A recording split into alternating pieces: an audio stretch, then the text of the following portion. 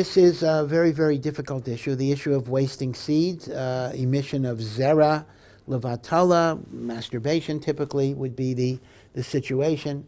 And this is indeed a very, very great challenge. Part of our challenge is that we're not able to follow Chazal's advice. I mean, Chazal says in Pirkei Avos, get married at 18.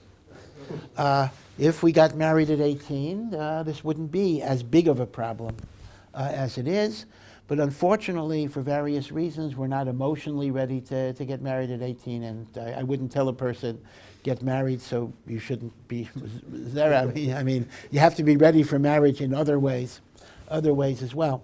So it is a sin. This is the sin of Er and Onan. Er and Onan were Yehuda's children, and both of them, it said that they didn't want to mar the beauty of Tamar with a pregnancy, or Onan, who was the second brother, thought the child would essentially be the first brother's child and not his child, so they interrupted their intercourse and the seed was spilled outside of the body, and for that reason they were chayav misa. So I cannot deny that it is considered to be an aveira. How strict is it? So here we get into difficulties. The Zohar HaKadosh, in the literature of Kabbalah, they say this is like the worst sin in the Torah, etc., and there's not even shayach tshuva. But in Sfarim, like the Tanya, Sefer Chasidus, the Baal Tanya writes that although the Zohar makes it into a very, very bad sin, but chas v'shalom to say that there is no tshuva. Of course there is tshuva. There is tshuva for everything.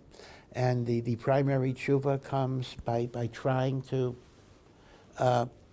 restrain yourself, trying, even if you then fail, that doesn't negate the tshuva because you're on the road of trying to improve. And the second issue is limud HaTorah is said to be a very, very powerful force. Now, the Sfarim say the following. It's very important that even though, I can't give anybody a green light for this. I mean, I can't just tell a person it's okay. But even if a person is, nichshal, it's very important that you don't allow yourself to get depressed or get in despair, because that's another Yetzer Hara. There are two Yetzer Haras in Averis. One is the Yetzer Hara that makes me sin. Now, that's the Yetzer Hara that says I got to give in to my taivas, whatever it is. But then there's another Yetzer Hara that says, after you sin, you say, I am so worthless, I am so unworthy, I'm so no good, that what's the point of trying to be better? That Yetzer Hara, the Sfarim say, is even worse than the Yetzer Hara that caused you to sin in the first place. You fall off the horse, you got to get on the horse again. You can't give up. And every attempt to try to be better in Avodas Hashem is very, very valued by HaKadosh Baruch Hu. I think Chabad has a saying, I don't know what the makar is, they say the battle itself is the victory, meaning the fact that I'm trying to be better. That's a victory even if in a given situation I lose. This is true for this nisayon, and this is true for learning, this is true for davening, this is true across the board. A person should never feel that their efforts are futile and worthless and unavailing.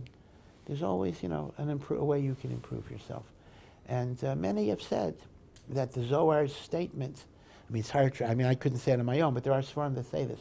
The Zohar statement that it's the worst aveira in the Torah, some Sfarim say this, is a form of hyperbole, a form of exaggeration, so people should know it's a serious thing, but it doesn't mamish mean it's the worst aveira of the Torah. Right? It's not. Again, I'm a little hesitant because I don't want to, make it light, but it's not as bad as the simple language of the Zohar would say.